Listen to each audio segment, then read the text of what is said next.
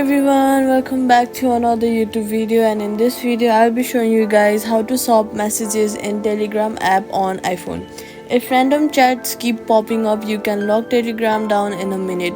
First open Telegram app, then tap on settings and then go to privacy and security.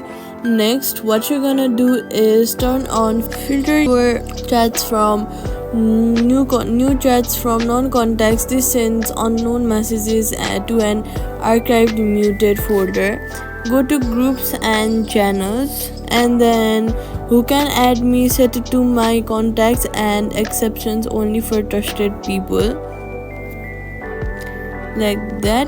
And now open contacts and then tap phone number to set who can see my number to nobody, or who can find me by my number to my contacts. This makes you harder to target.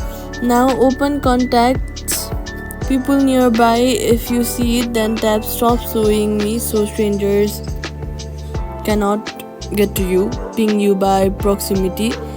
When a spam chat appears, open it, tap on the name at the top and then choose report spam, then block. Safety tip: never tap suspicious links. Android airdrop crypto giveaway messages or share verification. Also in settings, privacy and security, enable two-step verification to protect your account.